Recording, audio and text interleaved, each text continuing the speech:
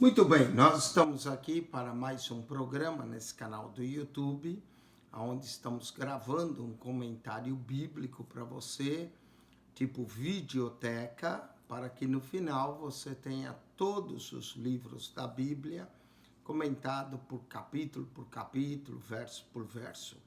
Nós já gravamos todo o Novo Testamento para você, de Mateus até o Apocalipse.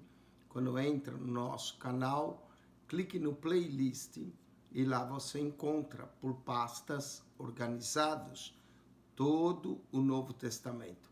E já gravamos as duas primeiras sessões do Antigo Testamento, que são os livros do Pentateuco, os 5 primeiros livros, Gênesis, Êxodo, Levítico e Deuteronômio, e concluímos os 12 livros históricos, que vai de Josué até o livro de Esther, de forma que já gravamos 17 livros canônicos para você.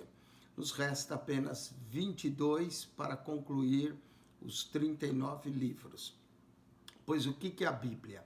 A Bíblia é uma biblioteca de 66 livros, sendo 39 livros do Antigo Testamento e 27 do Novo Testamento.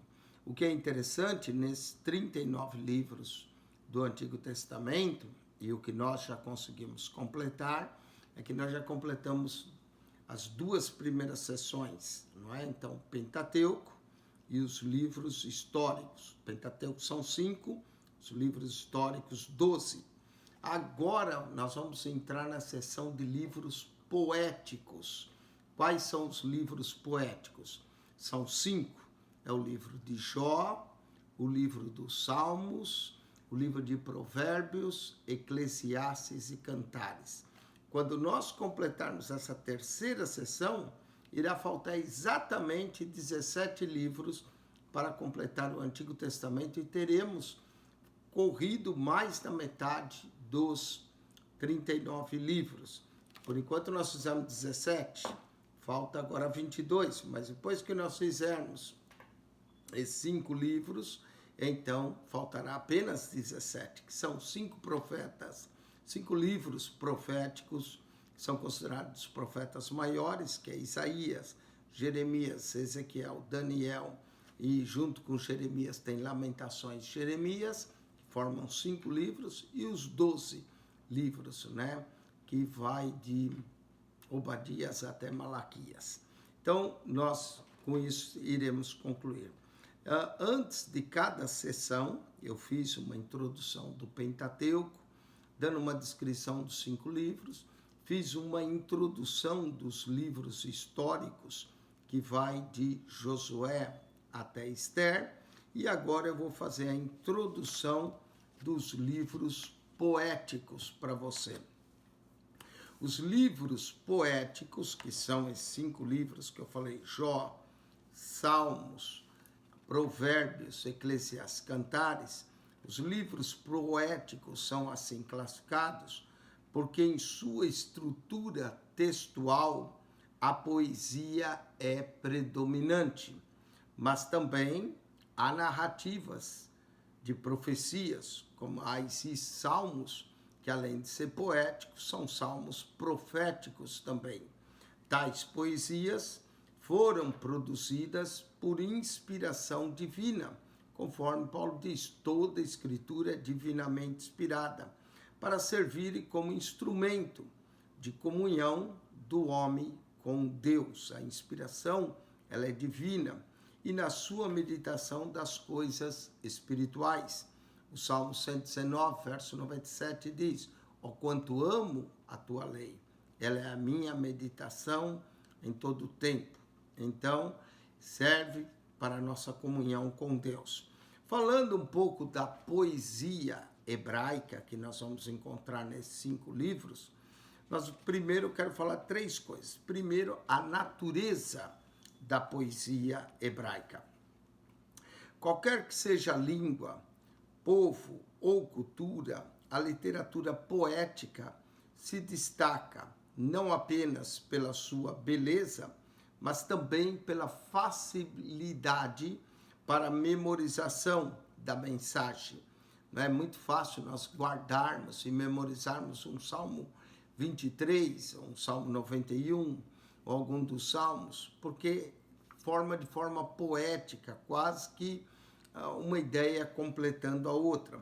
Até hoje, quando já não recitaram a célebre frase, também de Shakespeare, ser ou não ser, eis a questão, da obra de Hamlet. Quem não conhece a primeira estrofe da canção do exílio, minha terra tem palmeiras onde canta o sabiá, e às vezes aqui gorjeiam, não gorjeiam como lá, da poesia de Gonçalves Dias, a mensagem poética causa mais impacto nos sentimentos e afetos humanos do que a mesma mensagem no discurso prosaico. Então, a natureza da poesia. Claro que a poesia hebraica, em sua natureza, ela é diferente da poesia em português, que às vezes entra a rima de estrofes. Na poesia hebraica, nós vamos encontrar a segunda coisa que eu quero mencionar, o paralelismo. A característica da poesia hebraica não é rima, nem a métrica, e sim o paralelismo. É um recurso literário e é a equivalência do pensamento na linguagem, os membros de cada cláusula da unidade do pensamento. Há uma variedade muito grande desses paralelismos. Por exemplo, repetir um pensamento em outras palavras. Vou dar um exemplo. Israel entrou no Egito e Jacó peregrinou na terra de Cã. É a mesma coisa, Israel é Jacó. Israel entrou no Egito e Jacó que é Israel, peregrinou na terra de Cã. A terra de Cã é a terra do Egito, né? Como diz no Salmo 105, verso 23. Outro exemplo é o de marcar um profundo contraste de ideias principais. O Senhor conhece o caminho do justo, mas o caminho dos ímpios perecerá. Aqui são ideias contrárias, o caminho do justo e o caminho do ímpio. Salmo 1, verso 1 e 6. Outra característica, que é a terceira, nós falamos da natureza, do paralelismo, a terceira é acróstico. Acróstico é também muito comum na poesia hebraica. O livro de Lamentações, Jeremias, todinho é um acróstico do alfabeto hebraico, compõe 22 letras.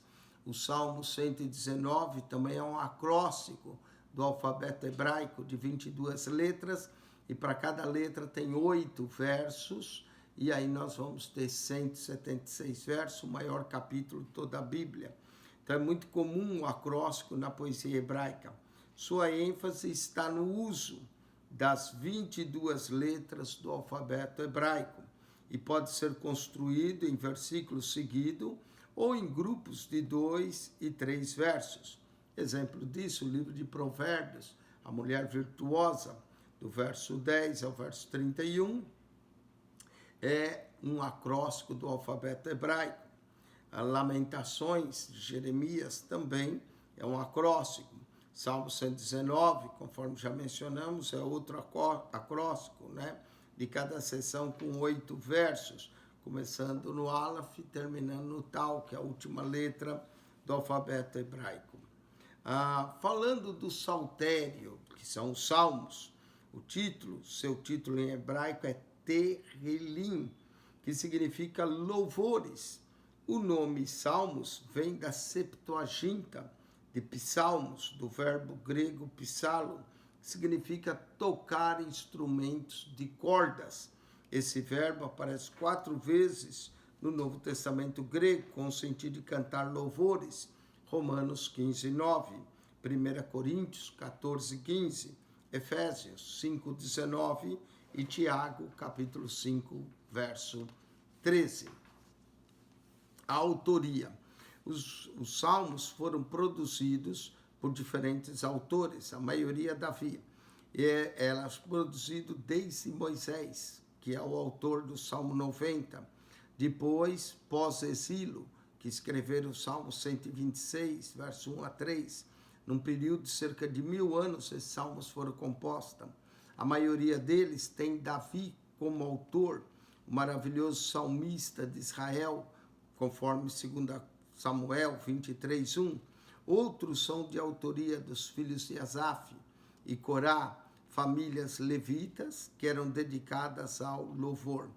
Quanto ao conteúdo, os salmos podem ser didáticos, que traz um ensino, devocionais, que traz uma devoção, claro, a Deus, históricos, que às vezes menciona a história do povo, como o Salmo de número 107, que menciona o Êxodo, ou profético, como o Salmo 22, que é profético, acerca de lançar as sortes de Cristo.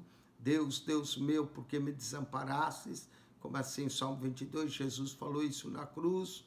Ou salmos de louvor, como os últimos salmos, do 145 ao 150, ou de adoração a Deus.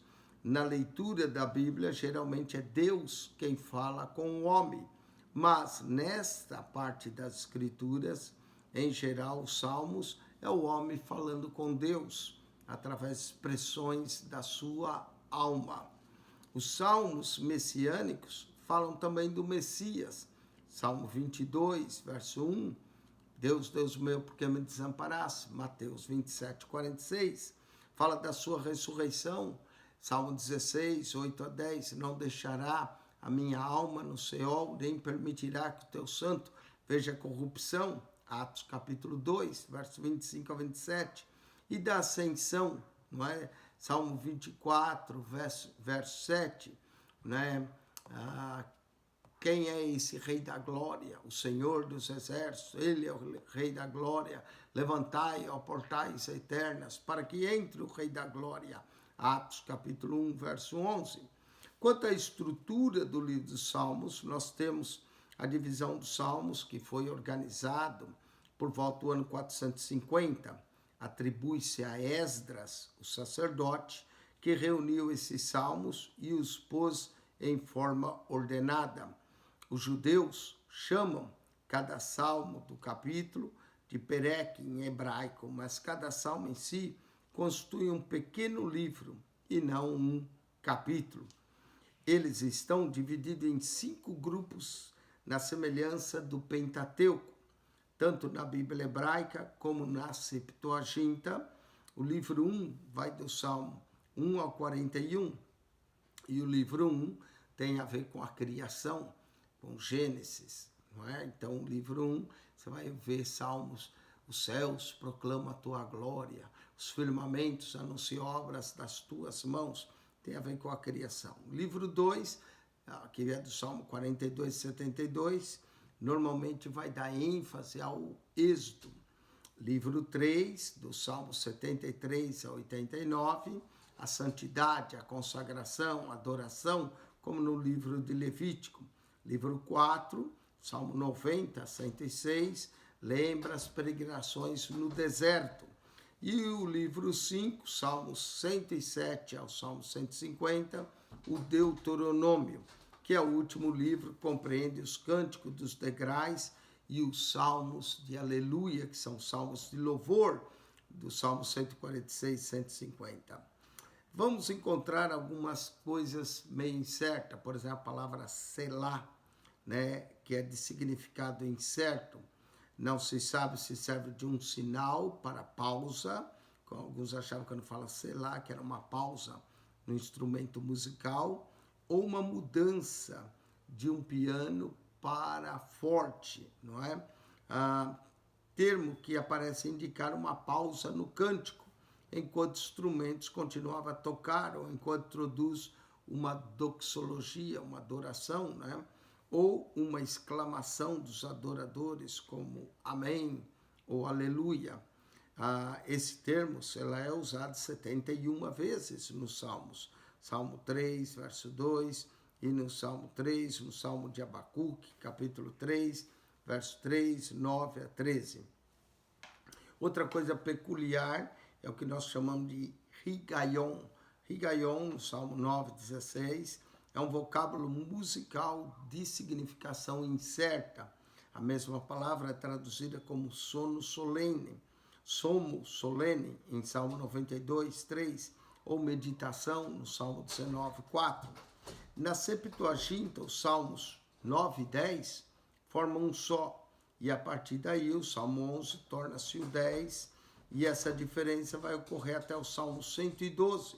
O Salmo 114 se funde com o Salmo 115, tornando em Salmo 113, 116, e é dividido em dois, tornando-se em 114 e 115. O Salmo 147 também é dividido em dois, terminando assim o saltério com um total de 150 salmos. Os versículos do cânon judaico, na numeração dos versos dos salmos na Bíblia hebraica, é contada a partir da sua epígrafe. Por isso, esses salmos às vezes são acrescidos de um verso, como no Salmo 92, cuja epígrafe hebraica diz Mismor Shir Hon Sabatá. Yom Sabatá é o salmo do cântico para o dia de sábado.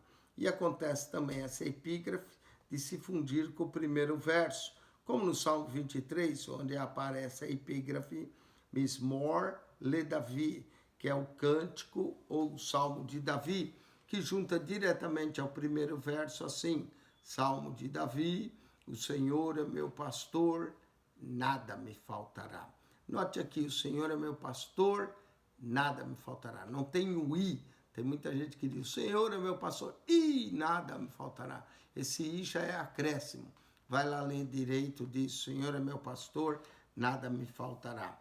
Quanto ao cântico dos degraus, são chamadas pelos judeus de cântico dos peregrinos, pois esses salmos eram cantados por ocasião de peregrinação a Jerusalém, nos dias festivos. Em hebraico aparece a epígrafe Shir Malot, que significa cântico de subida, de elevação ou ascensão, uma referência aos 15 degraus que dava acesso ao pátio superior do templo. Então, portanto, são 15 salmos que trazem essa epígrafe, vai do Salmo 120 ao Salmo 134, que são os 15 degraus de acesso ao templo. Ainda falando desses livros poéticos, apresentam a poesia hebraica. O livro de Jó aborda o problema do sofrimento do justo.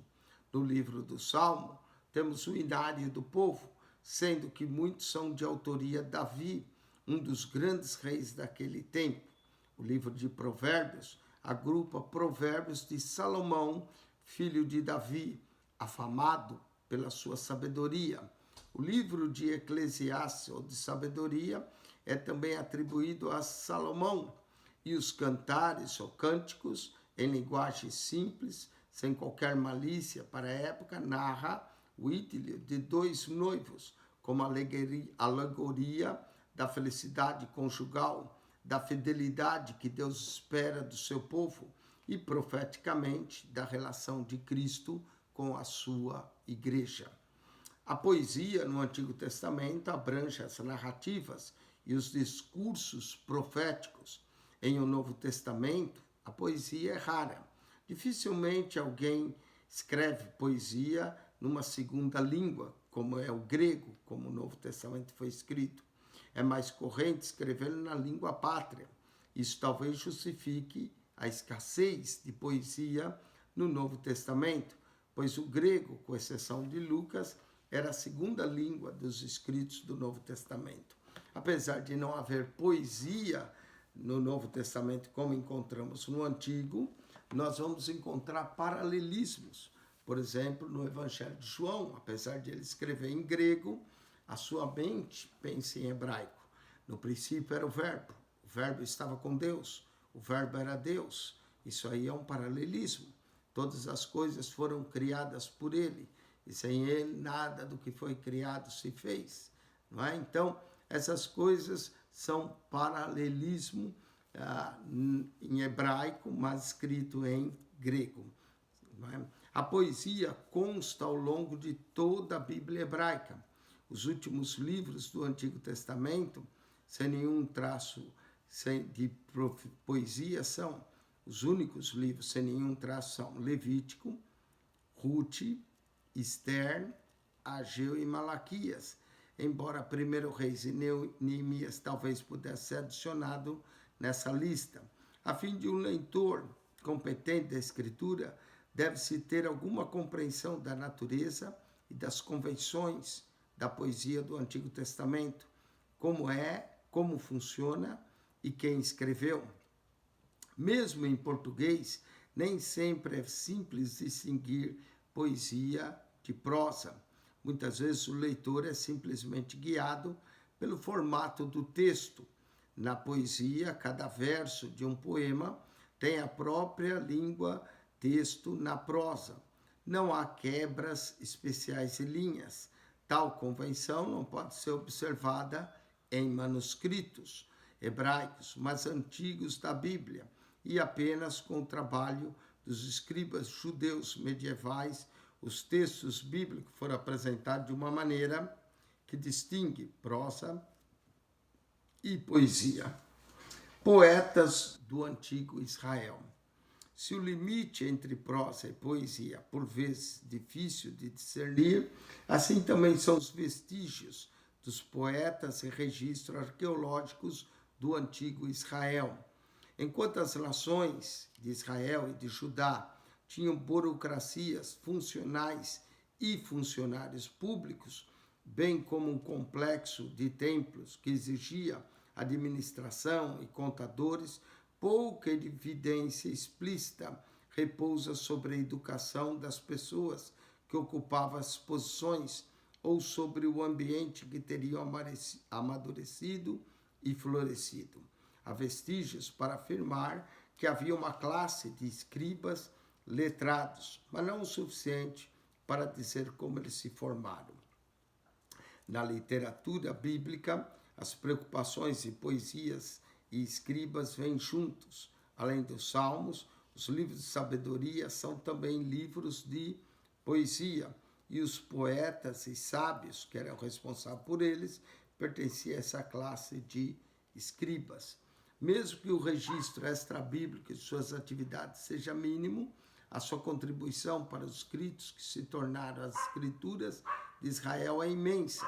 Onde quer que a poesia seja encontrada na Bíblia, encontra-se a reflexão literária no serviço de culto e na vida justa diante de Deus.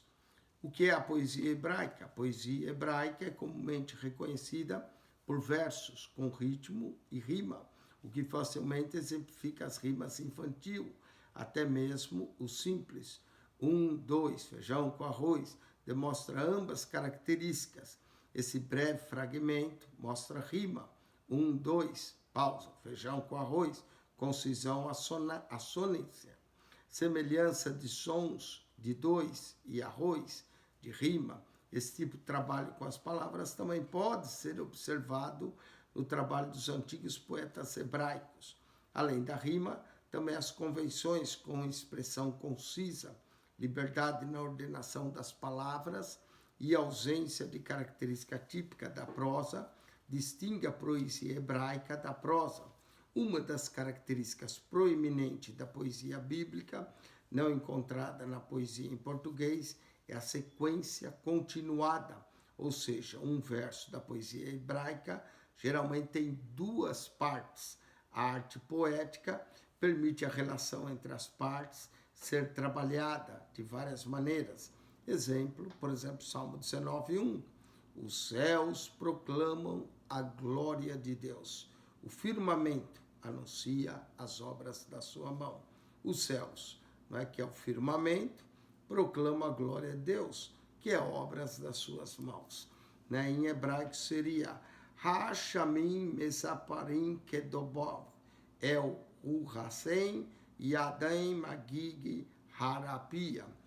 Na abertura do Salmo 19, os céus, Hashamim, na primeira parte, entra em eco firmamento com a segunda parte que faz esse paralelo, Yom Hashem, fez paralelo em anúncio à glória de Deus com as obras das suas mãos. Como consequência de um para o outro é óbvio, o porquê desse paralelismo poético, muitas vezes ser chamado de sinônimo. Uma das três categorias, sendo as outras antítese, e a outra, a segunda parte, traz a oposta ideia da primeira. Por exemplo, o filho sábio, a alegria do seu pai, mas o filho tolo, que é totalmente diferente do sábio, é a tristeza da sua mãe. Provérbios 10:1. Também note a oposição entre pai e mãe aqui. E a sintética, em que as duas partes do verso mostram nenhum tipo de relação semântica. Atribuir uma linha do poema a uma das categorias simples representa apenas um primeiro e pequeno passo para discernir a arte do poeta. Essa estrutura paralela oferece ao poeta uma forma cada vez rica para o desenvolvimento artístico.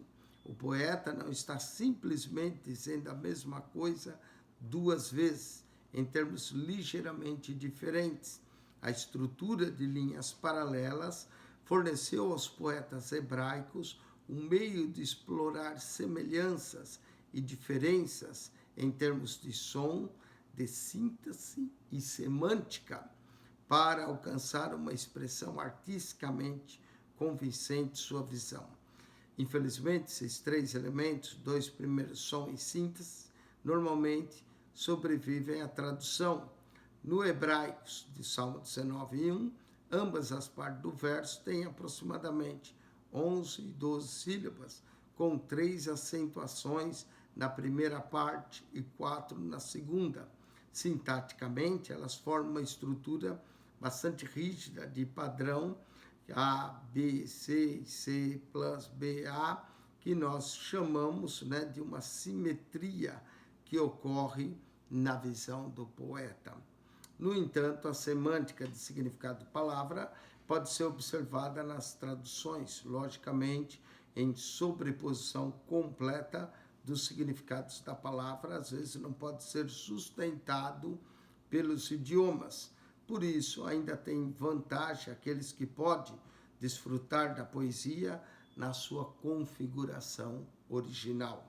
Enquanto os jogos simplesmente entre as partes dessa linha do Salmo 19 foram observados, há também o par aás, com céus e firmamento, que são sinônimos. Os céus, um termo mais genérico, que aparece mais de 400 vezes no Antigo Testamento.